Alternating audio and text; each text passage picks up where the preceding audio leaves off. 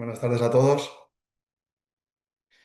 Primero, pues agradeceros a los asistentes que estáis detrás de la pantalla en dedicar pues este rato al final de una larga jornada de trabajo seguro, en compartirlo, en este caso conmigo. Soy el doctor Daniel Capitán, encantado de saludaros y de compartir este webinar con todos vosotros.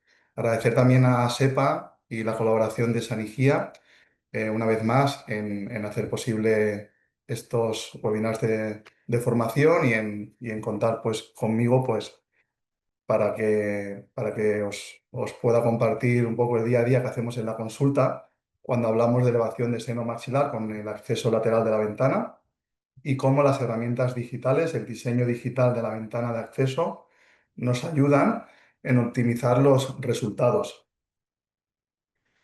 La idea hoy es compartir cómo las herramientas digitales han cambiado la visión de la implantología, no solo en la colocación de los implantes, sino también en la regeneración. En este caso, durante esta horita que tenemos por delante, vamos a tratar la regeneración dentro del seno maxilar. Las características que presenta el hueso maxilar en la zona posterior cuando perdemos premolares y molares es la neumatización del seno maxilar, como sabéis todos. Y esto conlleva inevitablemente a una atrofia de ese sector posterior y a una disminución no solo de la cantidad, sino también de la calidad ósea. Todo ello conlleva en que nos puede condicionar la colocación de implantes y nos puede condicionar en gran medida la rehabilitación de nuestro paciente. Cuando tenemos un maxilar superior atrófico por neumatización del seno maxilar, la primera pregunta que nos surge a todos es ¿qué técnica utilizo? ¿La técnica de acceso lateral o técnica llamada abierta? ¿O la técnica cerrada, que sería la técnica de osteótomos, la técnica descrita por Somers? Pues bien, esa es la gran duda, a mi entender, y que seguramente todos vosotros os encontráis en la toma de decisiones en vuestro día a día en la consulta. Yo quería compartir la clasificación que utilizamos nosotros y que es una clasificación, es una combinación de las clasificaciones que podéis tener en la literatura, la clasificación del doctor Wan, del doctor Misch, entre muchas otras, pero que la hemos adaptado a nuestra experiencia y la hemos adaptado a lo que hemos visto después de muchos tratamientos y de muchas clasificaciones que hemos intentado tener, pues para tener una toma de decisión rápida cuando nuestro paciente llega a la consulta, poder decidir de una forma rápida, precisa y que también sea predecible qué tipo de técnica tenemos que elegir. Bien, solo lo hemos clasificado en disponibilidad de reborde alveolar desde cresta hasta suelo del seno maxilar y hemos hecho una primera medición en A, B y C. Cuando tenemos más de 8 milímetros, si consideramos el implante entre 8 y 10 milímetros estándar en el maxilar superior, si me permitéis poner ese dato, pues para adecuar esta clasificación, que puede ser más antigua, pero la adecuamos un poco a los tiempos que tenemos y a las marcas, características y superficie de implantes, pues vamos a poner el implante medio entre 8 y 10 milímetros. Cuando tenemos más de 8 milímetros de disponibilidad ósea entre cresta y suelo del seno maxilar, vamos a optar por una técnica convencional, colocando un implante de 8, o si tenemos un extremo libre, nos sentimos más cómodos utilizando un acceso crestal, una técnica de Summers, para poder levantar ligeramente unos 2 o 3 milímetros el suelo del seno maxilar y poder colocar un implante de 10 o de 11 milímetros y medio. Si tenemos la clasificación tipo C, que sería la que tenéis a la derecha, aquí no hay discusión alguna desde nuestro protocolo de trabajo, que es menos de 5 milímetros de disponibilidad ósea. Vamos a hacer siempre un acceso lateral, con ventana lateral. Y cuando tenemos la parte intermedia, que es donde todos al final dudamos, ¿no?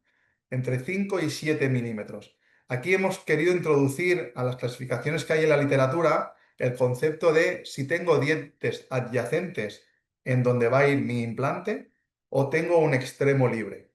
Si tengo dientes adyacentes, como veis, vamos a elegir un acceso crestal para levantar entre 2, 3, como mucho 4 milímetros, porque la literatura aquí sí que es muy clara. Sabemos que actualmente con técnicas de elevación crestal conseguimos aumentos de más de 4 milímetros, pero tenemos que tener claro que la predictibilidad a 5 años, cuando aumentamos hasta 3 milímetros, perdón, es mucho mejor que no cuando aumentamos más de 3 o 4 milímetros en cuanto a la supervivencia y éxito del implante. Por lo tanto, si marcamos ese margen tope de técnica crestal entre 3 y 4 milímetros, si tengo dientes adyacentes, elevación crestal para colocar el implante entre dientes adyacentes. Pero si tengo un extremo libre, nos sentimos más cómodos a día de hoy utilizando implantes de 11,5 mínimo o incluso de 13, según también la oclusión que tenga el paciente, según características también que no podemos entrar por tema de tiempo en este webinar,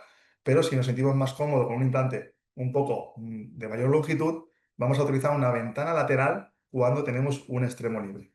A modo de resumen muy rápido, pues sería lo que veis aquí con una ortopantomografía, sin entrar en detalle con CBCTs, pero para que le veáis un poco la idea, si tengo una disponibilidad de hueso de 7 milímetros, estaríamos en la clasificación del centro, clasificación tipo B.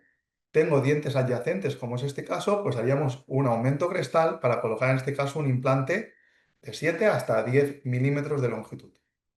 Si tengo una disponibilidad ósea de 3, estaríamos en la clasificación C, menos de 5. Aquí nosotros siempre por protocolo, por sistemática, trabajamos con un acceso lateral al seno para colocación o bien simultánea o diferida de ese implante. En este caso sería dientes adyacentes, la misma situación, tipo clasificación B, 5 milímetros. Nos sentimos cómodos trabajando con un implante de 8 y elevando de 5 a 8 milímetros. Bien, pero ¿por qué necesitamos elevar el seno maxilar, sea con acceso crestal o sea con acceso lateral? Porque necesitamos poder acceder a ese seno mediante la cortical del hueso maxilar, acceder a la membrana de Schneider, creando una tapa ósea. Después veremos qué hacemos con esa tapa.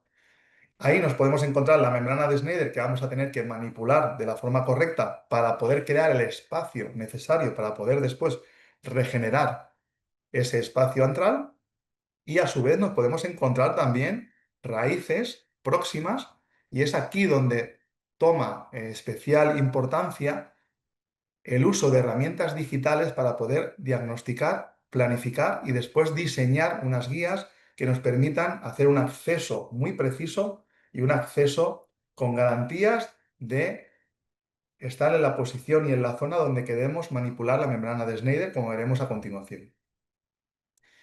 Bien, el objetivo, como hemos dicho, es acceder dentro del seno maxilar manipulando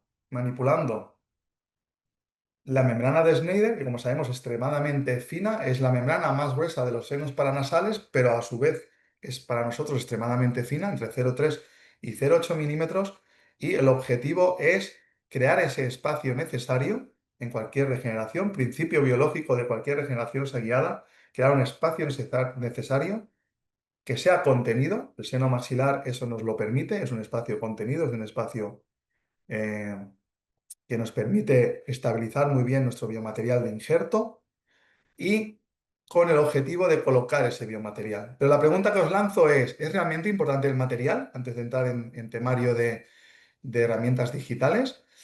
Pues fijaros, las opciones que tenemos ya lo sabemos todos, es autoinjertos, aloinjertos, chenoinjertos y aloplásticos. El gol estándar sigue siendo el hueso autólogo del paciente, porque es el único hueso que nos va a aportar células óseas vivas, proteínas, osteogénesis, osteoinducción, minerales. Todo eso nos lo va a aportar el hueso propio del paciente. Ahora bien, ¿vamos a tener que regenerar todo el seno maxilar con solo hueso autólogo del paciente? A día de hoy sabemos que no, porque estudios que tenemos, que son estudios con unos años a sus espaldas, de 2008, de Feturson y de Tang, donde nos hablan que el resultado o la predictibilidad de supervivencia de los implantes a medio y a largo plazo en senos tratados exclusivamente con hueso autólogo respecto o comparándolo con senos tratados con una mezcla de biomaterial y hueso autólogo es muy similar. No hay diferencias significativas. Por lo tanto, poniendo en juego la morbilidad de nuestro paciente, vamos a optar por utilizar biomateriales de forma sistemática en las elevaciones de seno maxilar. ¿Pero qué biomaterial? Yo aquí tengo que defender El biomaterial aloinjerto es un biomaterial con el que llevamos muchos años trabajando, con el que tenemos una amplia experiencia y es un material, nosotros utilizamos aloinjertos mineralizados. Sabéis que en el mercado tenéis dos opciones, mineralizados y desmineralizados. Nosotros tenemos la opción de mineralizados que conlleva, es un mantenedor de espacio mayor que no el desmineralizado. El tiempo de la absorción es algo menor también que el desmineralizado y nos da muy buenos resultados en cualquier tipo de regeneración. En este caso, en las elevaciones de seno, ¿qué nos permite? ¿Qué ventaja principal? Una reentrada o colocación de implantes entre 4 y 5 meses. Si utilizamos un cheno injerto, vamos a tener el mismo resultado o predictibilidad a medio y largo plazo cuando coloquemos nuestros implantes, pero ojo, las reentradas de colocación de implantes en aquellos senos maxilares tratados exclusivamente con cheno injerto, el consejo siempre, como sabéis, es esperar entre 8 o 12 meses para esa colocación. En cambio, el aloinjerto, la posibilidad que nos ofrece es que la remodelación ósea, la neoformación ósea es mucho más rápida. Esa sustitución del aloinjerto por hueso lamelar inicial del paciente es mucho más rápida que con el cheno injerto y nos permite poder hacer esa reentrada mucho más temprana que nos facilita el tratamiento de nuestro paciente. Bien, hemos visto el objetivo de la elevación de seno maxilar, hemos visto cómo clasificar diferentes senos para optar por una técnica u otra. Llega el momento de la cirugía. Haremos una incisión crestal con una descarga mesial que nos permita un voladizo del colgajo suficiente como para poder visualizar correctamente la pared externa del maxilar.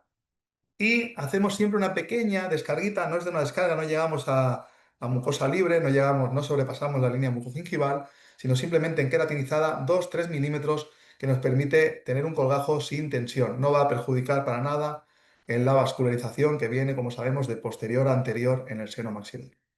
Bien, hacemos la incisión, levantamos nuestro colgajo, vemos el hueso y la siguiente pregunta es, ¿dónde hago la ventana? En este caso clínico la abrimos aquí en el número 1 o la abrimos algo más superior en el número 2 o opto por el número 3 más anterior. Si aquí entre todos los participantes hiciéramos la pregunta, seguramente empezaríamos a levantar la mano entre 1, 2 y 3 en base a muchos aspectos. Uno de ellos nuestra experiencia, uno de ellos lo que nos han explicado en algún curso, lo que he podido leer, etcétera, etcétera. Pero yo os tengo que decir sinceramente que aquí nos faltan datos, porque antes de decidir eso necesito saber qué. Pues necesitamos saber dónde van a ir los implantes. ¿Y cómo sabemos dónde van los implantes? Con un encerado, sea analógico o sea digital. Pero necesitamos tener un encerado, necesitamos una planificación de esa prótesis y en base a la prótesis decidir la ubicación más optimizada de los implantes desde el punto de vista biomecánico. Y para eso necesitamos ese encerado, porque no sería la primera vez que abrimos una ventana, hacemos la elevación de seno y cuando vamos a colocar los implantes vemos que realmente hemos hecho un acceso al seno muy posterior y que posiblemente está fuera del último implante que teníamos que colocar. Y eso seguramente para los que estáis escuchando la presentación y utilizáis este tipo de técnicas, os habrá pasado alguna vez y eso hay que evitarlo, hay que saber muy bien esa distribución de los implantes. Ahora iremos un poquito cómo vamos a optimizar ese acceso a la ventana. Pero, ¿cómo realizo esa ventana? Una vez he decidido el diseño de esa ventana de acceso, ¿cómo realizo? Tengo que hacer una astectomía, acceder dentro del seno maxilar, manipular manera de Schneider. Puedo utilizar piezoeléctrico, puedo utilizar rascadores, material rotatorio o puedo utilizar también trecinas tipo Masai, que también la tenemos en Chanigia, que es la que veis aquí abajo a la izquierda, que es un tipo de instrumento que utilizamos muchísimo en nuestro día a día. Se hace un corte muy limpio y muy preciso y un corte y un acceso pequeño, para poder manipular después internamente. La siguiente pregunta es, ¿qué hago con la ventana?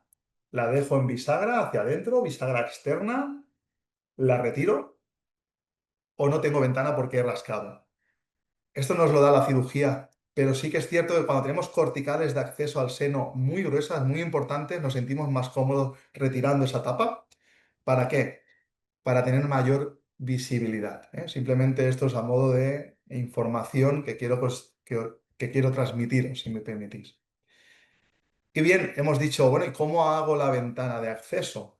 Pues fijaros, nosotros utilizamos la norma de los 2 milímetros por encima del suelo del seno maxilar.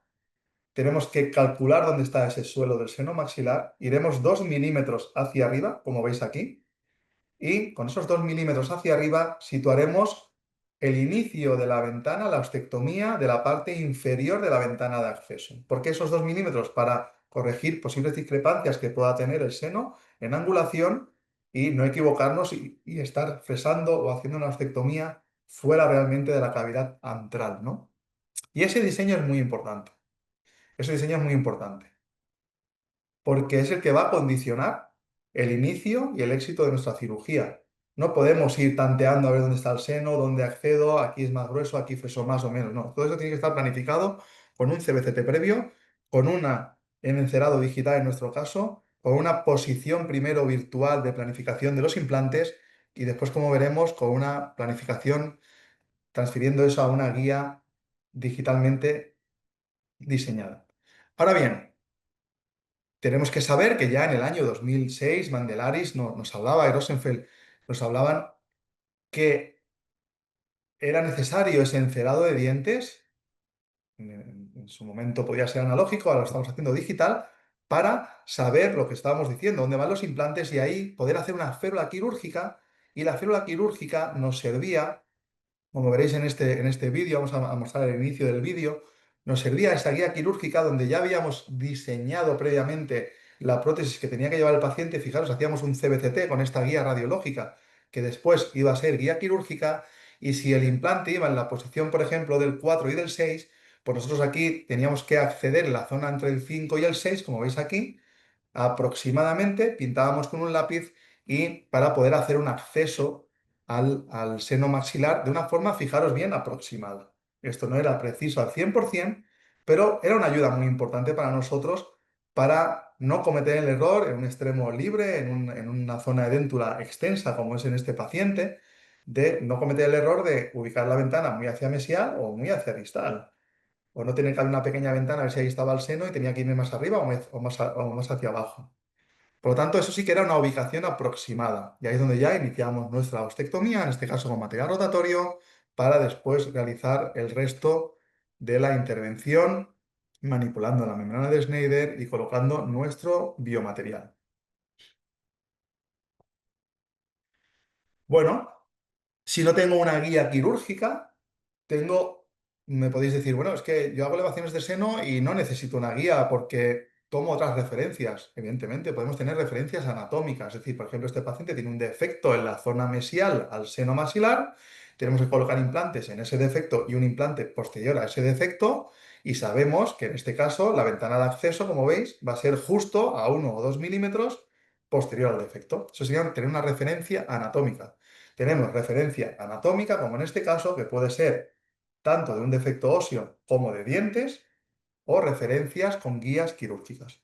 ¿Por qué referencias de dientes? Porque fijaros, si me preguntáis, bueno, Dani, pero tú en 100% de los casos haces un diseño digital de la ventana de acceso, imprimes la célula como veremos ahora, la guía, perdón, y trabajas con ese protocolo. Pues, sinceramente, en el 100% de los casos, evidentemente que no. Pero sí que hay casos muy concretos, como veremos después en indicaciones, que siempre lo hacemos con una planificación digital. Un caso, por ejemplo, donde tenga dientes adyacentes, un espacio amplio, donde las raíces no son convergentes, imagínate que son divergentes y sé que la ventana tiene que ir ahí, pues mi referencia puede ser perfectamente los dientes adyacentes, las raíces, fijaros de esos dientes adyacentes que son divergentes, respetando esas raíces. Pero si en este caso yo tengo raíces convergentes, corremos el riesgo de hacer una ventana de acceso y hacer una ventana que pueda dañar una de esas raíces. Por tanto, ahí sí que haré una planificación digital. O volviendo también a, bueno, una referencia a nivel de dientes mesiales o dientes distales. Lo mismo, en este caso clínico, podemos tener y medir en el CBCT y medir en la ortopantomografía, pues podemos medir dónde está el diente mesial, dónde queremos nuestro implante distal y ahí en la medición, en la propia cirugía, podemos medir con la sonda, marcar nuestra posición aproximada con un lápiz que esterilizamos previamente y en esa posición pues vamos a diseñar nuestra ventana de acceso. Pero fijaros que todo esto es aproximado. Hemos medido el CBCT, hemos medido la ortopantomografía, pero después esa medición en boca puede variar muchísimo. La visibilidad que tengamos, el acceso, la abertura del paciente, si la cresta tiene aquí una pequeña hendidura y he medido detrás y no delante. O sea, fijaros todos los errores que podemos cometer en un diseño de la ventana de acceso de estas características. Lo mismo que ahí hemos dibujado teniendo esas referencias el seno maxilar con el lápiz, pues me voy al centro del seno maxilar, 2 milímetros por encima y levanto. Pero podríamos tener errores. O bien en esta situación clínica donde volvemos, bueno, es que si tengo ya un defecto que también tengo que regenerar, el defecto puede ser mi referencia anatómica, perfectamente, pero no deja también de ser aproximado. En este caso utilizamos la trefina doble del sistema Masai, de la caja quirúrgica del sistema Masai. Utilizamos básicamente pues, esta trefina que nos permite realizar un corte, como hemos dicho anteriormente, muy limpio, un corte muy preciso, un corte circular. Después utilizamos la segunda trefina que por sistema magnético salta las sierritas que tiene y hace un tope para que no penetres dentro de la membrana de Schneider, un sistema realmente muy interesante, que lo tenéis en Sanigia también y que realmente funciona muy bien y que utilizamos muchísimo. ¿Veis? Un corte muy limpio y ahí podemos acceder al seno, manipular nuestra membrana de Schneider, colocar una membrana interna, que siempre hacemos de forma sistemática, ahora explicaremos brevemente el porqué. Colocamos nuestro biomaterial a lo injerto, en este caso es BioBand. Utilizamos mucho el formato de 4 centímetros cúbicos porque nos permite pues, tener suficiente hueso para un seno, incluso para dos, y nos permite pues, una manipulación, siempre lo rascamos con algo de hueso autólogo y la manipulación realmente es muy, muy interesante. Realizamos el relleno, realizamos también la regeneración de ese defecto en la cresta, que es el que nos ha servido para poderlo tener de referencia anatómica y siempre cubrimos después con otra membrana, en este caso de pericardio, para cubrir toda la zona, en este caso el defecto hacia palatino y hacia vestibular del seno maxilar. ¿Por qué la membrana, no? Porque fijaros, estamos utilizando una membrana interna y una membrana externa. Tenemos que tener claro que las membranas utilizadas en las elevaciones de seno maxilar, la literatura es muy clara también aquí, pues nos dan menor tasa de fracasos. Menor tasa de fracasos cuando utilizamos membrana en frente a cuando no utilizamos membrana. Pero esto lo hemos llevado un poquito más allá y seguramente ya todos conocéis la técnica, que es que introducimos parte de esa membrana de pericardio dentro del seno maxilar, dentro de la cavidad, cuando hemos manipulado la membrana de Schneider, la introducimos dentro y después compactamos el biomaterial. ¿Para qué? Para que proteja la membrana de Schneider 0,308 milímetros de espesor, acordaros, es extremadamente fina, que la proteja de la impactación del biomaterial, que no deja de ser granulado, particulado, mezclado con hueso autólogo, y esa compactación que hacemos nosotros, a veces, si no hay esa membrana que proteja o que aísle la membrana de Schneider respecto al biomaterial, nos podríamos encontrar con perforaciones, y nos ha pasado muchas veces, perforaciones secundarias de la membrana de Schneider durante la impactación, la compactación y la introducción del biomaterial dentro de la cavidad. Por lo tanto, de forma sistemática, colocamos esa membrana en el interior, como veis, le hemos hecho unos cortecitos en forma como de paraguas para que cuando se introduzca dentro ya sola se expanda con el propio sangrado, el propio coágulo del paciente. Y como veis aquí en el pequeño vídeo que os he preparado, la extendemos bien para después pasar a la colocación de la membrana externa con chinchetas. Bien, y llegados a este punto, la indicación es muy clara. Es decir, bueno, tengo que hacer una ventana de acceso, sí, perfecto, pero ojo, ¿dónde la hago? ¿Una referencia anatómica? ¿Una referencia mediante células quirúrgicas?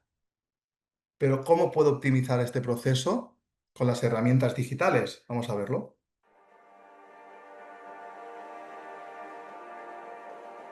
Mediante un escaneado, un CBCT del paciente y un macheado de toda esa información, podemos realizar un encegado.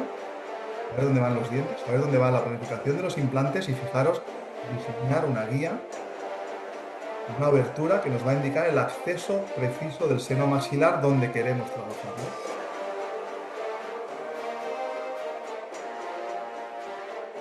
Una vez tenemos claro el acceso,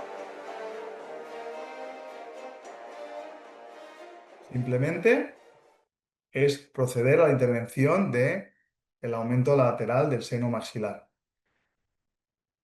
¿Todo esto es nuevo? No, evidentemente que no. En el año 2008, Mandelaris de nuevo ya publicó un prototipo de ese tipo de guías que nos podían servir para trabajar el seno maxilar. Eran guías solo que diseñaban la parte inferior del seno, se dedicaban solo a esa parte inferior, no eran ovaladas ni rectangulares, pero sí que posteriormente, en el 2017, Budacre y el equipo de Lozada, pues crearon ya las guías como las conocemos a día de hoy y las podemos realizar en la forma que queráis acceder al seno o que necesitéis, ovaladas, circulares, después veréis algún vídeo, algún caso clínico donde se hacen con una forma un poquito distinta en función de la anatomía del seno, pero realmente la referencia más precisa que podemos tener en ese acceso al seno maxilar es con la ayuda de las herramientas digitales o una guía digitalmente diseñada previa a la planificación.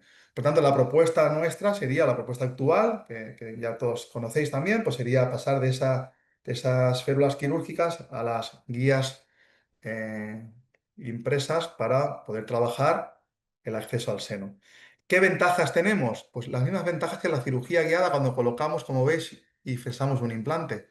Una posición mucho más precisa, en este caso, del acceso al seno, evidentemente, una menor morbilidad y colgajos, aquí lo podríamos poner un poquito en interrogantes porque al final tenemos que acceder al seno, pero sí que algo muy importante para nosotros es menor tiempo quirúrgico, muy importante, porque reducimos el tiempo quirúrgico no solo para nosotros, sino también para el paciente y para el sillón dental. Evitamos estructuras importantes en el seno, como veremos, como pueden ser tabiques, como pueden ser arterias alveolares que a veces nos incomodan por el sangrado y demás, pues mediante el diseño podemos evitarlas y optimizamos en muchísimo los resultados, evidentemente, porque somos más precisos, ¿no? Las desventajas, pues a menor tiempo quirúrgico, mayor tiempo de planificación delante del ordenador. Esto hay que planificarlo y no es perder el tiempo, sino invertir ese tiempo en tener una correcta planificación de la cirugía, de los pasos, de las posibles complicaciones que vamos a tener, porque durante ese rato que estamos diseñando vemos muchos de los parámetros que quizás sin esa planificación digital, evidentemente, no los veríamos. También requiere tiempo, inversión económica y una formación específica, que eso al final es como toda técnica quirúrgica que queráis implementar nueva, ¿no? Bien, las indicaciones, hemos dicho anteriormente cuando algunos compañeros me preguntáis en algunos cursos, bueno, Dani, pero ¿utilizas siempre este protocolo? No, no sería sincero ni sería honesto por mi parte deciros que en mi día a día, en una clínica, en mi clínica no utilizo siempre ese protocolo, pero sí que lo utilizo siempre en estos casos que veis. Y eso sí que es cómo trabajamos. Cuando tengo una anatomía del suelo, del seno, muy irregular. Si tengo un suelo recto, me puedo permitir no utilizar esa guía porque sé que a 2 milímetros o 3 tengo un margen de seguridad y voy a diseñar el suelo nuevo del seno maxilar, ¿no? Pero si tengo un suelo irregular, sobre todo inclinado a más de 45 grados, que es cuando aumentamos también los riesgos de perforación de la membrana de Schneider, pues ahí sí que me gusta trabajar con estas ayudas digitales. Cuando tengo tabique, siempre tengo un tabique, lo veremos un caso clínico también donde podemos hacer dos accesos respetando ese tabique. Hemos comentado también raíces adyacentes, veremos también caso clínico y en posiciones de arterias alveolares, como veis en la fotografía, donde podemos diseñar esas ventanas sabiendo exactamente dónde está la arteria alveolar, respetándola, etcétera. Serían las indicaciones claras que siempre indicamos. Ahora bien, ¿qué necesito? ¿Qué necesitamos? Pues bien, necesitamos un CBCT del paciente, necesitamos un escaneado intraoral de la boca del paciente para obtener ¿qué? Un STL de la anatomía actual real del paciente y después siempre un encerado. Por lo que hemos comentado, vamos a encerar digitalmente, vamos a poner ese encerado en oclusión, como veis en el vídeo, vamos a distribuir en función de ese encerado los implantes que he decidido colocar en ese paciente para esa rehabilitación en concreto. Y a partir de ahí, mediante la planificación digital, yo puedo decidir dónde va a ir mi ventana de acceso. Eso vamos a crear un macheado, un matching entre el CBCT la anatomía del paciente y un matching entre la anatomía, el STL del paciente, con el STL del encerado, que es lo que estáis viendo en el vídeo a continuación. Bien, fijaros, un caso clínico. Tengo una posición de ese molar en el segundo cuadrante, que está mesializado e inclinado por la pérdida prematura, en este caso era de un 5, y tengo un seno que viene angulado y que viene un poquito en una inclinación que nos puede a veces perjudicar en el diseño de la ventana, en saber dónde va esa ventana. Por lo tanto, voy a tomar un CBCT de mi paciente, voy a tomar un escaneado de ese paciente. En este caso no se hizo un encerado porque se trataba solo de un diente y por lo tanto ahí ya sabíamos que el implante tenía que ir en el centro, ¿vale? Pues si son más dientes vamos a hacer ese encerado.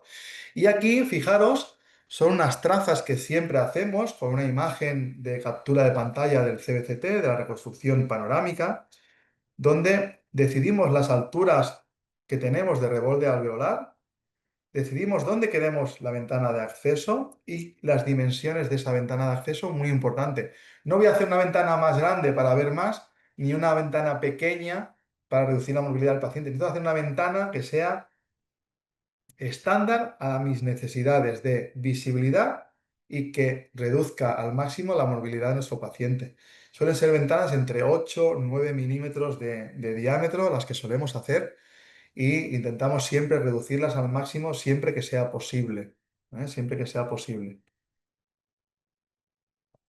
Bien, con ese diseño nosotros podemos tener ya una orientación donde tiene que ir esa ventana de acceso y después lo trasladamos al sistema, al software de cirugía de planificación digital, en este caso es Real Guide, donde podemos diseñar esas guías, de esa guía obtener un STL y después imprimirlo. Pero esto no es algo sencillo. Aquí fijaros que es una guía siempre que podamos y que el paciente tenga dientes, tiene que ser una guía pues que sea dento soportada, mayor precisión. Pero fijaros, en este caso, en este tipo de situaciones, tenemos que trabajar el acceso al seno mediante el acceso lateral del hueso maxilar. Por lo tanto, hay esa parte de la aleta, la zona de corte de la ostectomía, que eso es óseo soportada. Por lo tanto, hay que hacer una segmentación ósea del maxilar y unirlo después, esa segmentación ósea, obtener ese STL y unir ese STL de la segmentación ósea de esa parte del maxilar, unirlo al STL de la anatomía del paciente, para que el diseño de la guía sea correcto. Si no hacemos ese paso, el problema que podemos obtener es que después cuando tú coloques tu guía, esa guía no se esté apoyando a un hueso. Realmente has hecho una guía apoyada en la mucosa. Eso es muy importante y es un error a veces frecuente cuando no estamos acostumbrados a manejar este tipo de guías quirúrgicas o si las solicitamos a alguien que la pueda diseñar, es un caso muy frecuente en que a veces nos podemos encontrar. Entonces, para evitar esos errores, al final, este webinar intenta un poco transmitiros en nuestro día a día también las posibles complicaciones que podemos tener o no y evitaros esos posibles errores que en todos que siempre o que en todos puede aparecer, ¿no? Entonces, el consejo sería ese, siempre acordaros, segmentar ese maxilar y fusionarlo después con el STL de la anatomía del paciente. En la imagen superior derecha, que es una reconstrucción ortorradial, fijaros bien, aquí lo que obtenemos es que podemos ir moviendo esa imagen para, para poder comprobar como veis en estos dos pivotes que se ven aquí, en esta zona, si veis el puntero, pues comprobar que estamos dentro del seno y que el diseño es el correcto. Entonces podemos manipular esas imágenes como queramos para hacer la comprobación antes de exportar el STL del diseño de la guía e imprimirlo en la impresora 3D. Trabajamos siempre nosotros en clínica, todo este proceso lo realizamos nosotros, porque de esa forma pues podemos ser mucho más ágiles y podemos pues, manejar y controlar todo el proceso, tanto del diseño, de la guía en el software, como después la impresión en la impresora 3D. Aquí veis impreso también un modelo, pero no es necesario. Esto es simplemente para mostraros que podéis también imprimir el modelo, que podéis después comprobar el ajuste.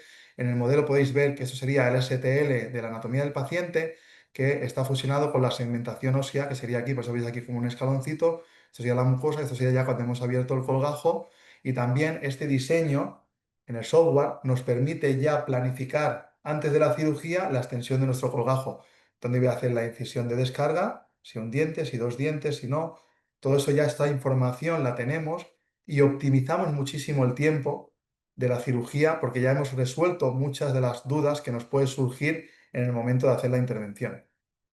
Bien, esto lo llevamos en boca, por lo tanto, hacemos una incisión crestal. En este caso hemos hecho una descarga, fijaros, de dos dientes por delante del defecto. ¿Por qué? Porque fijaros, el diseño de guía tiene un grosor y no puedo hacer una descarga aquí a este nivel.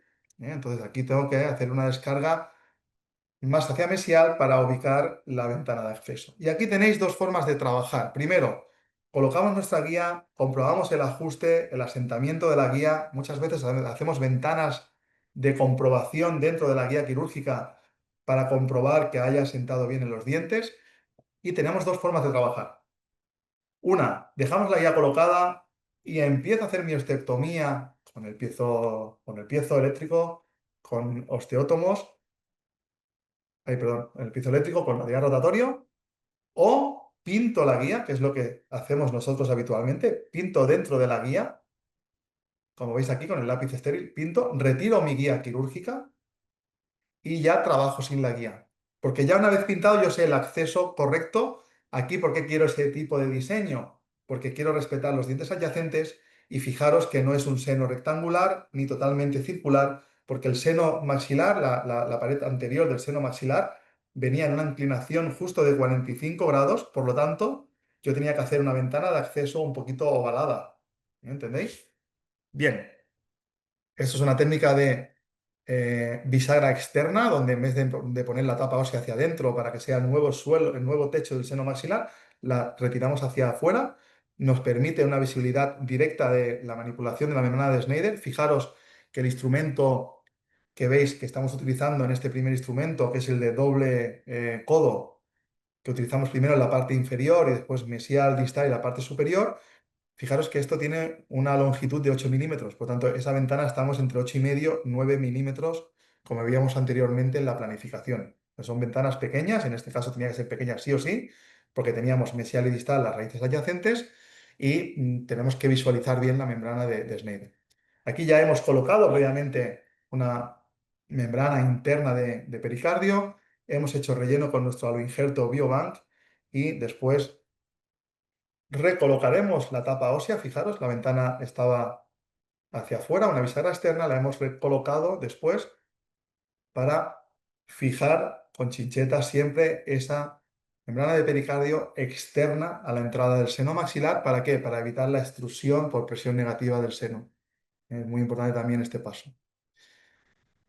Bueno, con el CBCT final, ¿qué tenemos?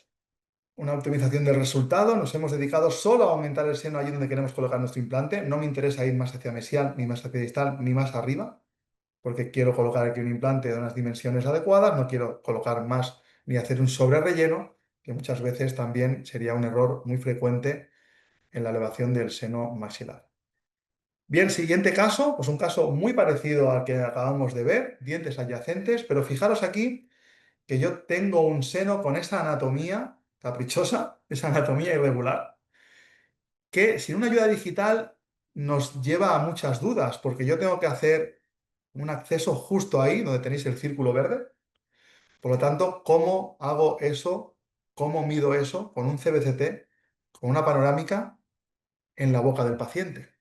Es muy complejo. ¿Se puede hacer? Sí, pero vamos a tardar mucho y podemos cometer en medir y podemos cometer errores. Sinceramente, a día de hoy es un trámite que podemos evitar perfectamente con las ayudas digitales. De tal forma que esa angulación que tiene ese seno maxilar, esa anatomía caprichosa que decimos, la podemos evitar perfectamente mediante una panorámica.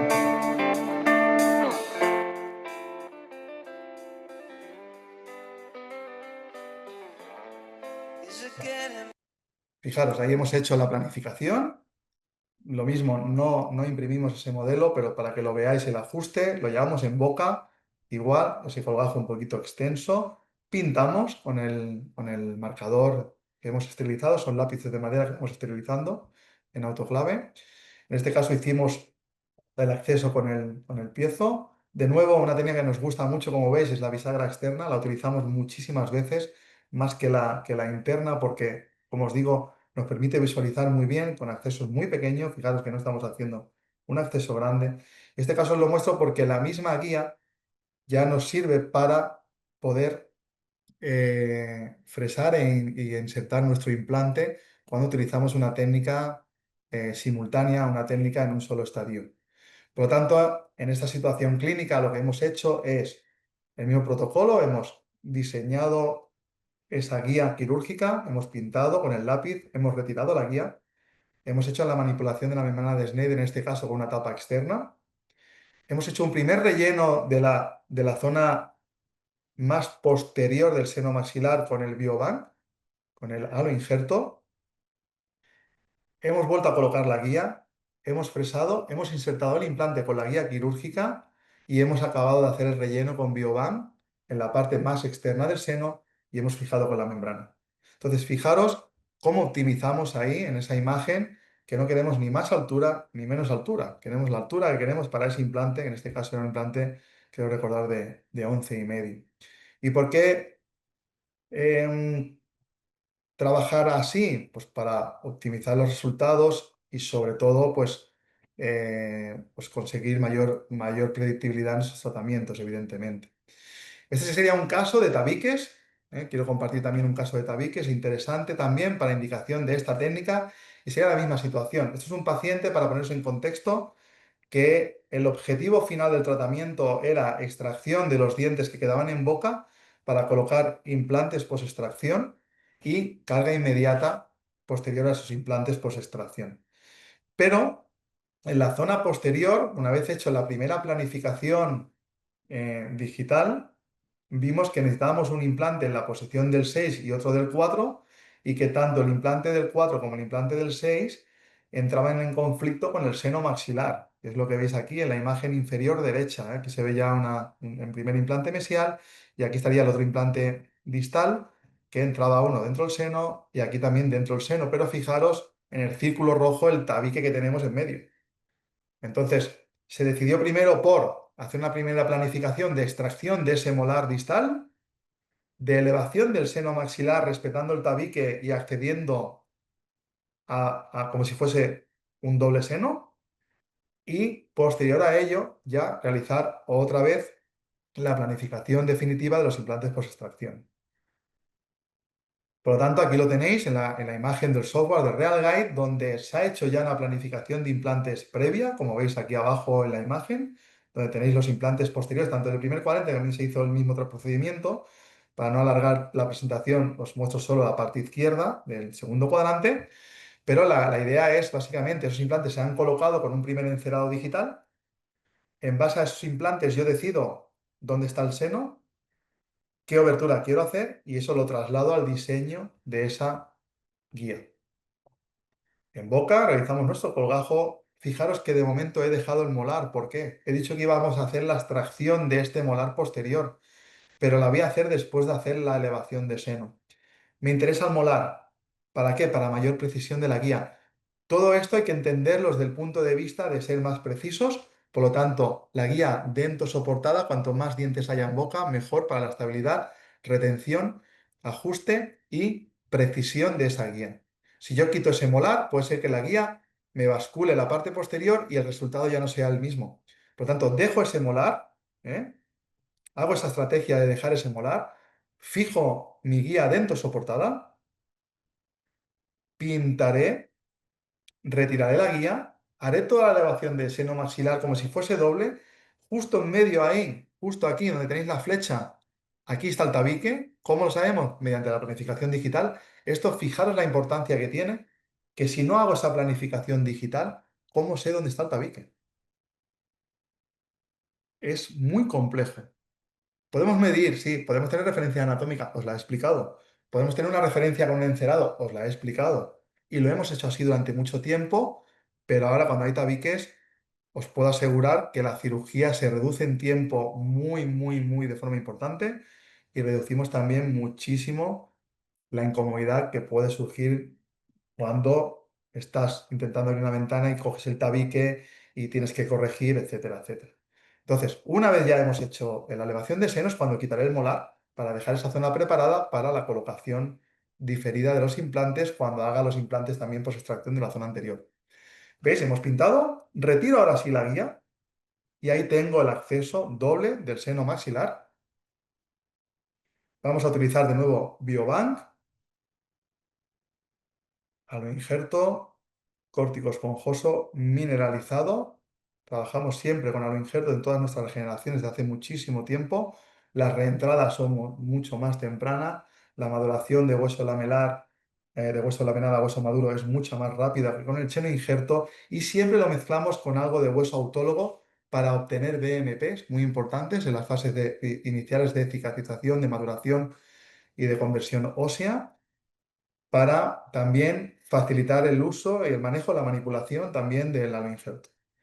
Bien, nuestras elevaciones, como hemos explicado durante este rato en estos casos clínicos, siempre de nuevo fijamos una membrana de pericardio externa, fijada siempre con 2 o 3 chinchetas, en este caso 3 porque es un doble acceso, es una zona a intervenir más extensa, y el CBCT posoperatorio con la reconstrucción ortorradial a ese nivel.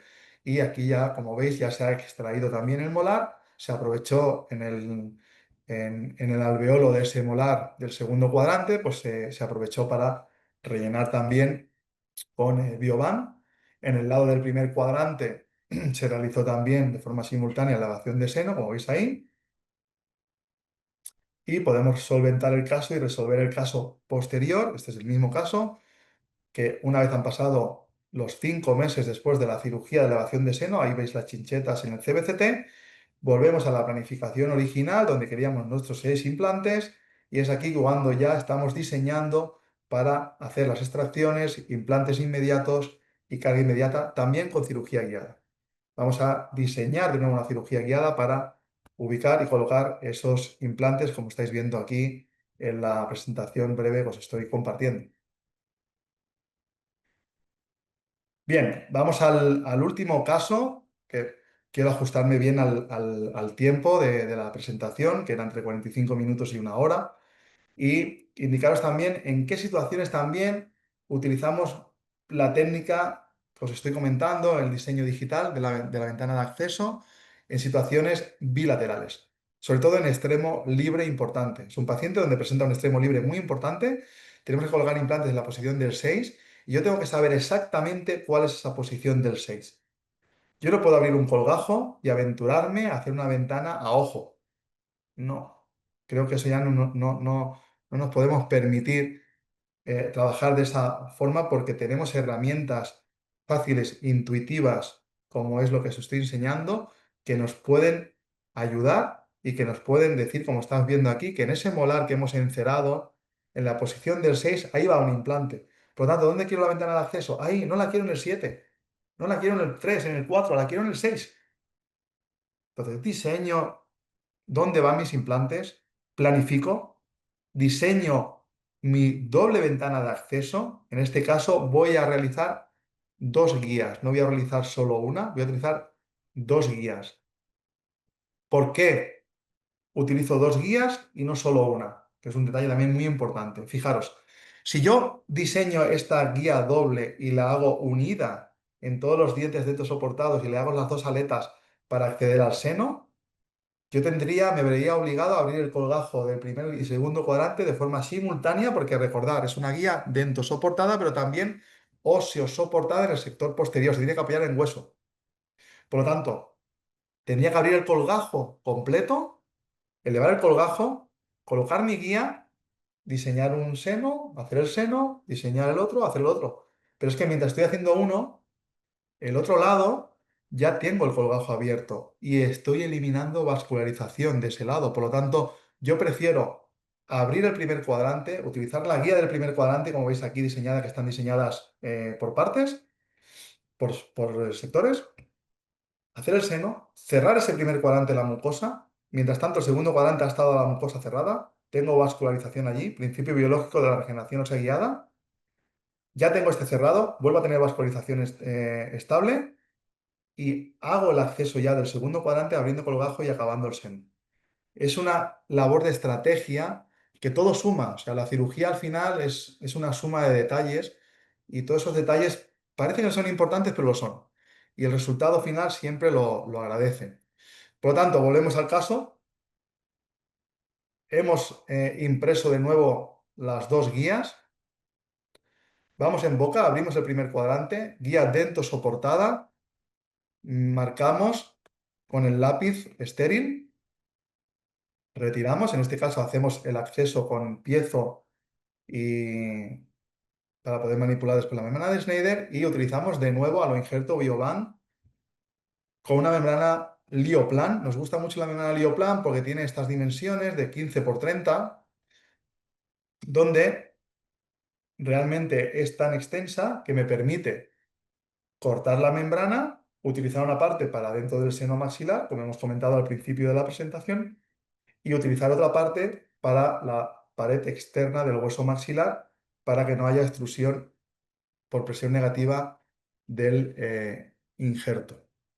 Lo veis aquí, estos cortecitos los ayudan mucho. Es otro truco, otro detalle que también me gusta compartir y que os quiero transmitir también, porque realmente a nosotros nos ayuda mucho. Si la pones sin esos cortecitos, a veces se dobla, el sangrado hace también que se hinche esa membrana en el momento que se hidrata. Yo la pongo siempre seca y se hidrata con el propio coágulo, porque después se va a hinchar. Y en el momento que se hincha, aumenta el grosor casi un 50%. Entonces te impide la visibilidad, te impide ver si se ha doblado, etcétera. Entonces, ponerla seca, hacerle dos o tres cortecitos como si fuese un paraguas, la introducís doblada, como habéis visto en el vídeo de la primera parte del webinar, y ahí es donde la introducimos y después esas aletas, esos piquitos que veis, los vamos acomodando dentro de la cavidad antral para después recibir el injerto de Bioban mezclado con hueso autólogo. Fijamos de nuevo con chincheta siempre el alioplan de forma externa y hacemos tanto del primer cuadrante como también del segundo cuadrante, que ya lo habéis acabado también en el CBCT. Y os he preparado un pequeño vídeo de barrido de ese CBCT para que veáis que era un seno complejo, era un seno muy ancho, muy profundo, un seno muy alto, donde si no hacemos esa planificación digital es muy sencillo poder colocar un sobrerelleno, irnos a una zona donde no queremos implantes o incluso hacer un sobrerelleno que podamos ocupar más espacio del seno maxilar del que necesitamos. Bien, como conclusiones, el diseño de la ventana de acceso digital contra referencias anatómicas o de encerado, indiferencia en el material de relleno, pero preferimos los aloinjertos como principio de una reentrada mucho más rápido, 5 meses, y tiene que ser una práctica ágil, natural de las herramientas digitales, es decir, tiene que ser algo que te sume, no algo que te reste. En el momento que te resta, no lo utilices. Quizás no estás preparado todavía. Quizás no es el momento de introducirlo en la clínica, pero no sirve de nada tener herramientas que después no vas a utilizar. Por lo tanto, vamos a empezar con casos sencillos, vamos a empezar paso a paso y que sea una suma y no una resta, como os digo. Por lo tanto, ¿el objetivo cuál es? Optimizar vuestra cirugía, optimizar el resultado, optimizar el diagnóstico, planificación y ejecución de tus tratamientos. El resultado al final es un menor tiempo de quirófano, aunque el mayor tiempo de despacho, pero no es mayor tiempo de despacho, no es un tiempo de despacho que pierdes, es un tiempo de despacho que inviertes en planificar adecuadamente tu caso clínico.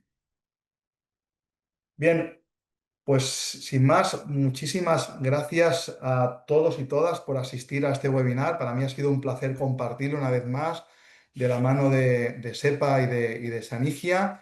La verdad que para mí pues siempre es un placer colaborar con SEPA y colaborar con Sanigia y agradeceros a todos vuestra asistencia.